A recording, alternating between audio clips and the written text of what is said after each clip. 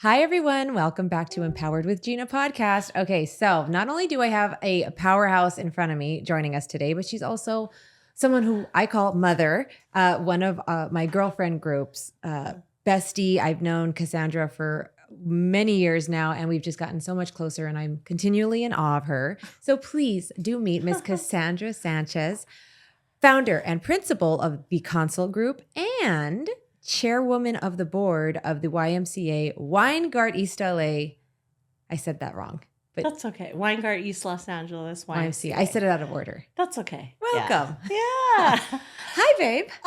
Thank you for having me. I'm so happy. So excited. We got you in. Yes. We got you here. Okay. 3 adjectives to describe yourself. 3 adjectives. I feel, oh my God, I haven't been in an interview forever. It's okay. It's not an interview. No, We're just chatting. But I'm just saying, like, that's what you do, right? Yeah. 3, go. Stoic, loyal. Yes. And it wouldn't be me. I can't choose. I would definitely say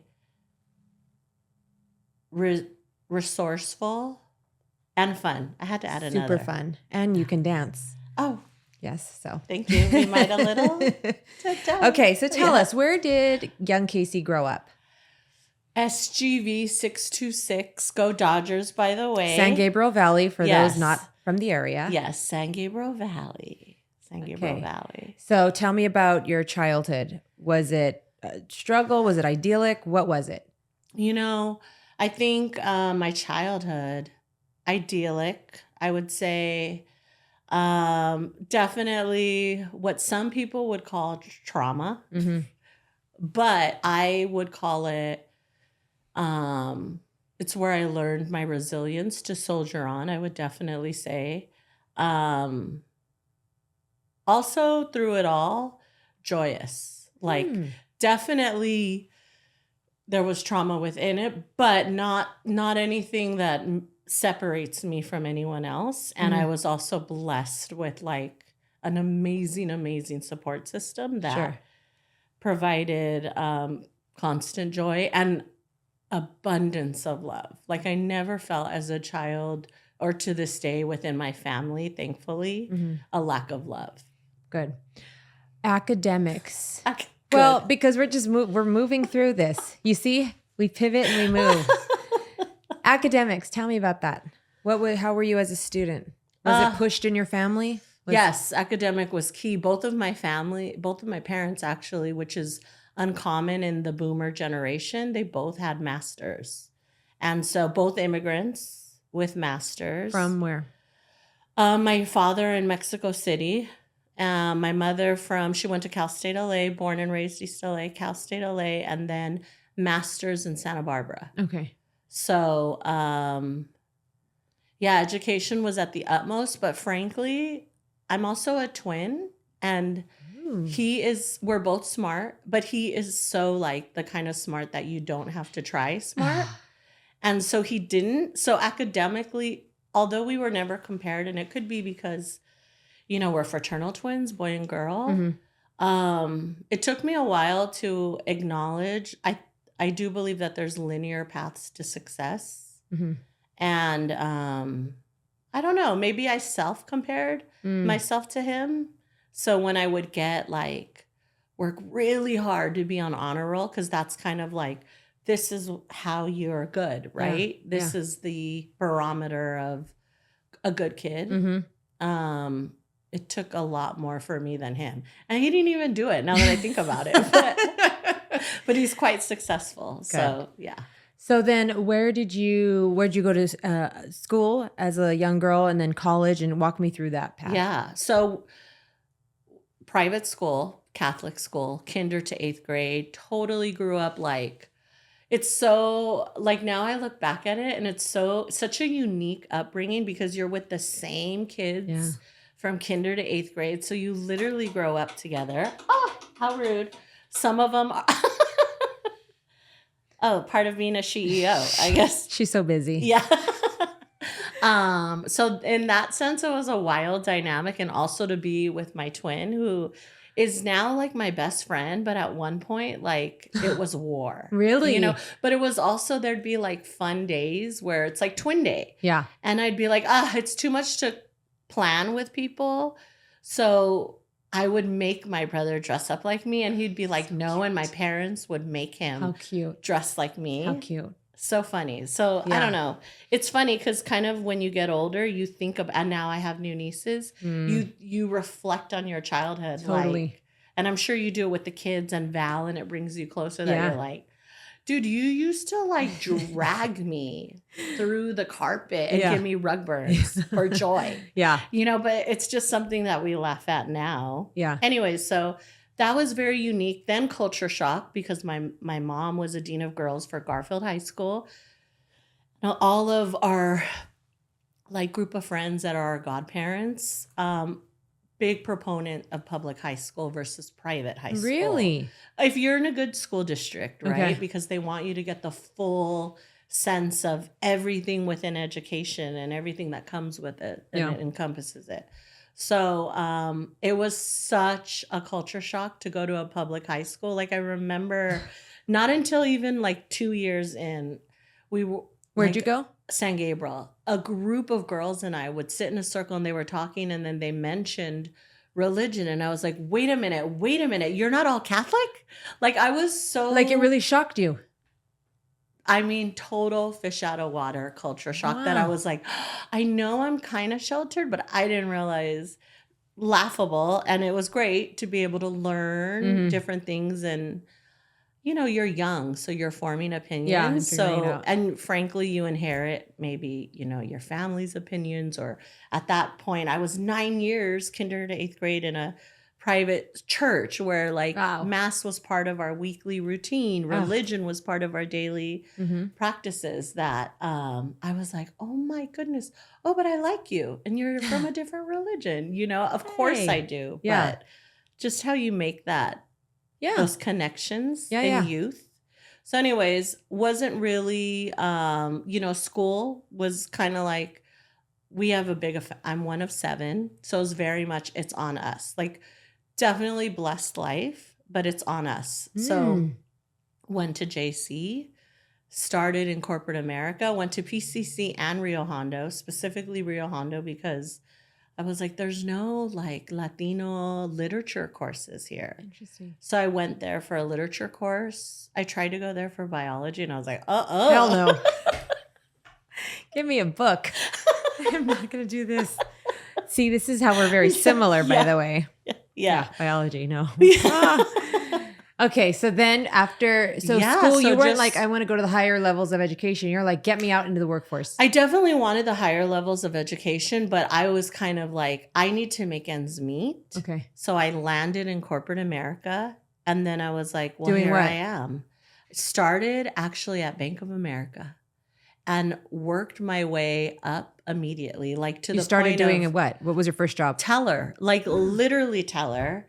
But you know me, wait, how do I do that? Yeah. How do I sit there? Yeah. How do I get that? So was in a position where I just constantly would get promoted. You know, I had stock options. I was like 19 and had split stock options that I was like, what is this? And that was just by virtue of you being employed with them. Exactly. But as we all know, none of us got financial literacy education. Correct. So, and I can say one thing about you is that you are so well-versed. I know you do a lot of homework on your own about financial literacy yourself, because I've heard you talk and I'm like, God, she knows so much more, like even than me. I think it was working though, because it was also discovering, even as a teller, I was, you know, you see at that time, people still very much, and older, you know, people would come in and I'd be like, okay, that is the way I want to be, not like that. Yeah. You know, and how they manage their money and what checks are coming in. And, you know, obviously you befriend, you know, they're your clients, you see them weekly. So you befriend them and you just gain an understanding of how they got there versus that. Interesting. I will also always be appreciative of all the corporations I worked for, because there's just an untangible hierarchy or decorum, corporate decorum. Yeah, the education you get by working there. Just whether it be email etiquette or what have you, that even me when I can see, oh, you've never been in a structured environment, you know, that it's very notable. So, okay, so you come out of school, you go through a series of different corporate jobs. where did the consult group come from? What is it? Where did it come from? Because you founded a company. Hello. Why not? Yeah. How the heck did that come about? You know what? And at the time, now I can see being very intentional. But at the time, yes, I did kind of hop around through finance. I went to the mecca of what I thought, this is where I want to land in my financial career. It was a small private bank on the west side, and it was very much great corporate culture. But I was like, this is it. Like, that's going to be the glass ceiling. And this is what I have to deal with. It wasn't the most ideal work environment, too. And then to deal with corporate politics, interpersonal politics, if you will. Nothing major, but enough to be like, this is. Yeah. And then a Los Angeles commute from the Pasadena area to the west side. Nightmare. Every day is when you're like, oh, this is quality of life stuff that they talk about. Yes. Like 3 to 4 hours on the road just from Pasadena for a paycheck to Century City. Exactly. For a paycheck that you're like, I brought this much revenue in and this is my bonus. Oh, no. We're switching. So you were comfortable. You had probably a good paycheck, but that's where you started realizing the quality of life. You're like, well, I'm spending 3 to 4 hours of my life a day, sometimes in the car to go collect this little paycheck, but you're wasting 3 to 4 hours of your life. Yeah, what's the offset? And then at a point, it just got to be where this is not the work environment I want. Comfortable enough that where I managed people's financial portfolio, my clients' financial portfolio, then I was like, I can tap in and start. Many of them were developers too on the east side. Okay. So they were all kind of developers that we had a great rapport. And then I tapped in and I was like, I could actually start managing, projects. I also had an acquaintance at the time that needed support with her business. And then I just kind of fell in, and you're just like, let's do this. So when you say, just for the lay people listening, what does managing projects mean? Because people are listening to this, and the point of this podcast is to showcase and highlight, you were perfect. You were in a cushy job, great salary. Things weren't, ideal, but something inside of you was like, I want more. And maybe, at the time you didn't realize what it could be, but you just knew there was something else. What are projects? What did you think you could do with your new business exactly? I just knew there were a couple of things. It can give me autonomy. I can be the decision maker. And it just presented itself as that I know I can lead, and I just had a resilience that I was like, I'm hopping in, and then from there it grew. Then from there I gained an understanding of the industry. So what industry is this? So it's a commercial real estate development, but it's strategic oversight for whether it be conceptual of a potential project, a potential build out, or whether it be an overview of, I am the liaison with all that are involved, the developer, the architect, the engineer, the contractors. I am the liaison that interfaces with the municipalities because I have the direct relationships with them, and it allows them to focus on their core business. So they're focusing on their intention, and at that point, we're all a team, but at different times we have the ball. So I'm kind of like, give me the ball. I'm going to run here. I'm going to advocate for the project, whether it be up front with elected officials saying, here's how this will economically benefit your community. Here's how it will, or benefit your community in various ways. And then also just getting it through with all the bureaucracy and agencies within municipalities. And this is commercial only? Yes. Commercial only. So I think what a niche opportunity. So you saw the opportunity, you knew you had the connections, you knew you had the relationships, you're comfortable leading. You're like, let me just put this together. Why make someone else money when you can keep it in-house and trust yourself and pay yourself to do it? So then you're the liaison, you're the third party, if you will, between a commercial construction project and everything that's required to get that successfully completed. And at the end of the day, we're getting their client. Permits essentially. And the client hires you. Correct. All of them do. My clients are architects, developers, contractors at different projects. I'm brought in at different stages. Okay. Or even conceptually, not even with the project. Uh, that's where our consulting arm primarily comes in, and we'll say, okay, this is what you envision for the project. Here's what's obtainable. Got it. Or here is the path to get you your objective. Got it. Okay. So how long have you had that company? About 5 years. And how do we feel about it? How do you feel being a business owner? I love it. I love to be, what are we, part of the 40%, the fastest growing cohort of you, if you will, of Latinas, particularly post-pandemic. Yeah. And you're in an industry that's like many that is mostly male dominated, I would think. Yes. Construction.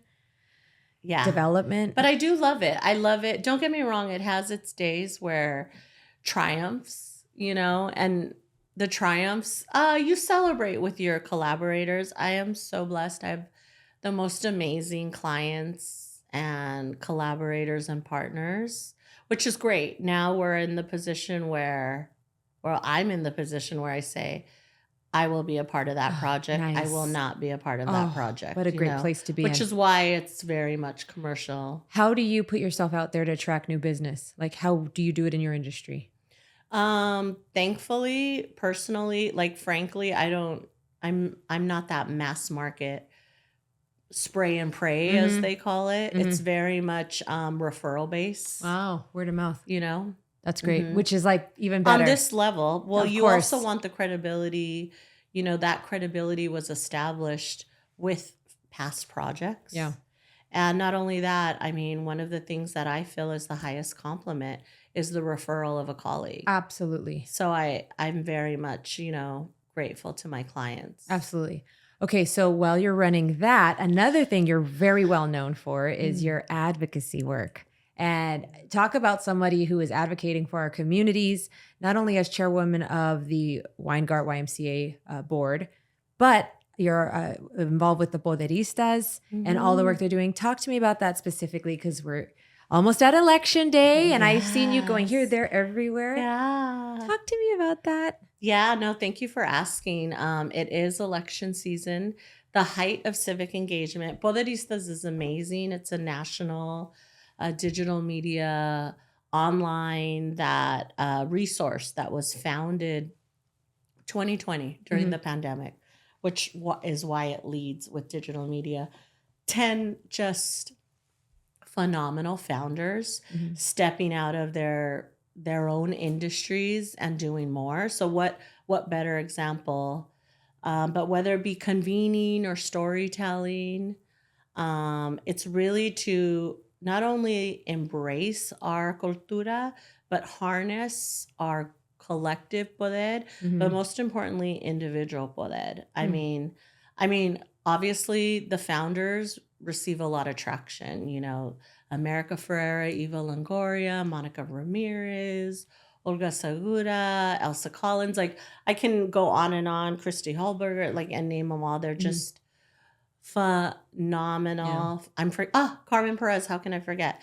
Phenomenal individuals that just, for myself personally, when I look at them, I'm like, oh yeah, I can do more. Oh, it's great. You see it and they put it out there and they are doing the work. Correct. It's amazing. Yeah. And so they founded this, and I know you're really involved with a lot of their initiatives and stuff that they're doing. So right now specifically, what are you doing with them? So again, it is a nonprofit, 503c, so it's nonpartisan, but the Latina vote, there are stats that show that within because obviously kind of the soundbite that happened in 2016 and or 2020 and happening now, Latinos are not a monolith. We go all over. But within the Latino voting bloc, Latinas vote the most than any other group within the Latino community. And you know this, whether we have the title as CEO or not,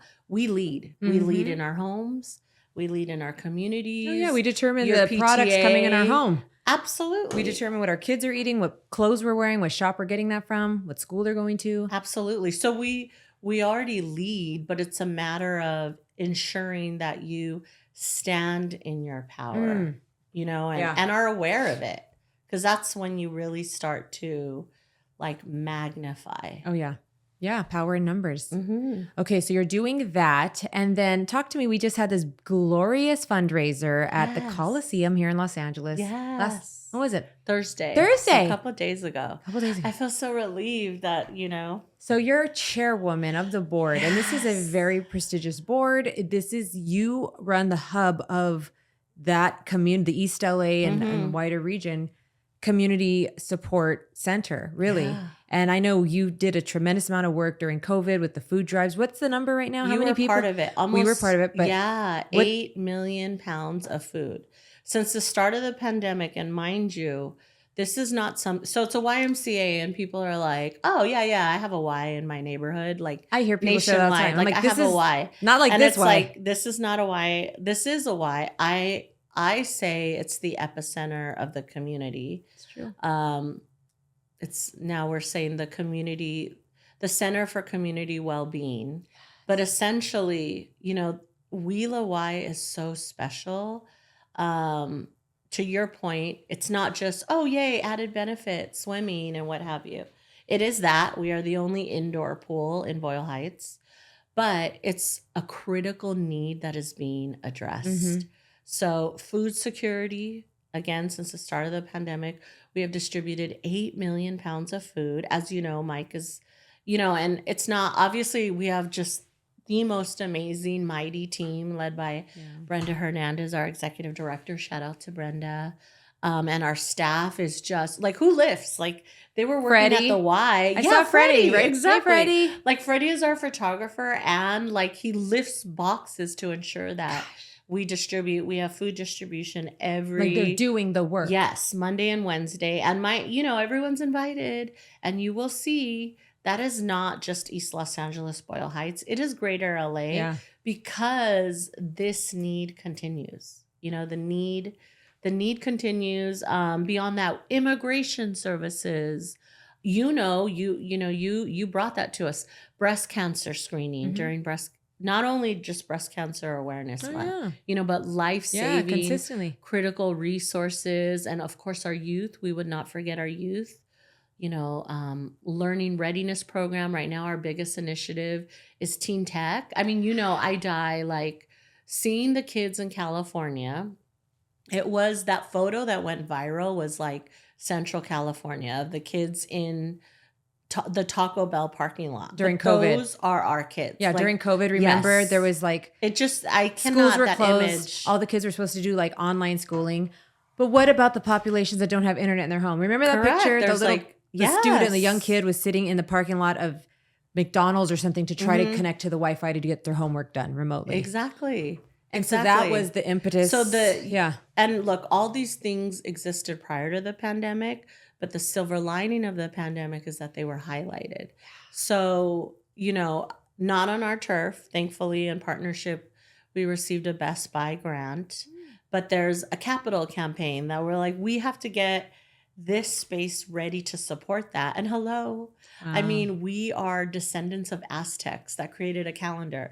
Like, I'm like, can you imagine what the center will do? We're going to have a green room, a podcast. You'll have to come do your podcast. Yeah, I'd love From that. there, everything, digital media, arts. So tell me about this campaign and how can people watching you support this campaign, and how will it directly benefit the kids going there?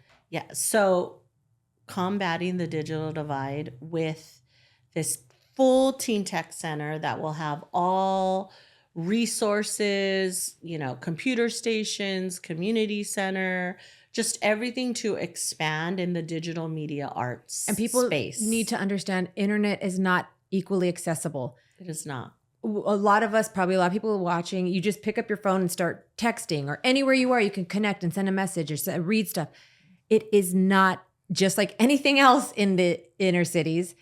There very much is a void to access to internet and, technology especially. Of course. And so the Y has stepped up again and is going to create this center. So we are. And beyond that, our vision as a board, because I don't refer to my board as board members. I refer to them as CIOs, which is chief investment officers. When I took on that role, I was like, we're all our board is so special and so unique, and nothing I do is alone. It's all in unison and partnership with our phenomenal board and our phenomenal staff. Of course. And even our staff, they are chief investment officers, because not only are we invested with, our strength and our advocacy, but we're invested with finance and our hearts and everything. So our chief investment officers, we are just advocating to ensure we meet our goal. It was about 250,000. I mean, it's an East Side older building that we need to bring up to date for this workforce development. But it's not just going to be a center where we're done. It's about connecting resources, because our community doesn't necessarily have like a mom that's an attorney or a someone in the film industry, even though we're there. So it's a matter of creating pathways of workforce development as well, which post-pandemic, that's something that every community needs regardless, but we need to make sure that we advocate to create those paths. So any paths, I envision, who knows better? People are going to need social media liaisons. Like, I think this is where we can create that. Absolutely. You want to come do your podcast? You want to come do, a video? There's just so much opportunity with it. So you guys, if you're not moved already, well, I'm going to tell you, you have to support this organization. We support it. We believe in it. It is so on brand with everything we do. Access to equality, education, resource, opportunity, and you're creating it here at the Y. I've seen it. Mike is there building bikes. Oh yeah, and because we can't forget the community events. Yeah, it's a luxury sometimes, but we forget about the community, that they deserve a Thanksgiving meal. They deserve a bike, to see those bikes on their faces. Christmas, so beyond that, advocacy comes in many ways. If you have resources to create pathways for workforce development, beautiful. Yes. But also, every dollar counts. I know. To help us, make sure that our families have an amazing holiday. Beautiful. So we're going to put all the information on the caption below, and you will check it out and hopefully support, please. And what would you like to leave people with, just being in the position that you're in, being a advocacy leader, a business owner, so invested in our community? What's one thought you want to leave people with? Well, I think, thank you for that. Thank you for having me. I love it. It must be My said, pleasure. Can't wait for our sidebar, but for, officially, thank you for having me. I'm so proud of you and everything you're doing. You're doing this so well. I am. I'm really good at this. Yes, you are. See, stand by your confidence and don't apologize and don't make it a joke, because there's no jokes here. It's not. No. Boop. But, well, today is National Vote Early Day. Oh. Friendly reminder, November 5th is now the last day to vote, not the first day. So please, it's so important, specifically as Latinos, that we get out and vote. We know who I'm voting. I'm proudly casting my vote for Harris Walz of my own accord, not for any of my organizations. But it's very important that our political power catches up with our buying power, because our buying power is through the roof. Trillions. Latinos move the economy, trillions and trillions of dollars. But our vote and our representation does not match that at all. So it starts at the polls. Get together, have ballot parties. There's still time to do things. There is still time. Should you choose to support, obviously, one campaign, feel free to reach out to me. Every day is an opportunity. Every minute is an opportunity within these last 7 days, and vote early. Yeah. Vote early. Make a plan to vote. And take a family member with you. Have those conversations. It's a luxury. It's a luxury to be able to say, I'm, not voting this way or not. Let's vote for those who cannot vote for themselves. That's right. Okay, guys. So you heard that. We will see what happens after the 5th. And with that, I love you. Thank you. Thank you. You're so busy, and I got so proud of you. I love you, Mother. I'm proud of you too. And so much more to come together. Exciting. Okay, bye. I can't wait for this to go viral. It will.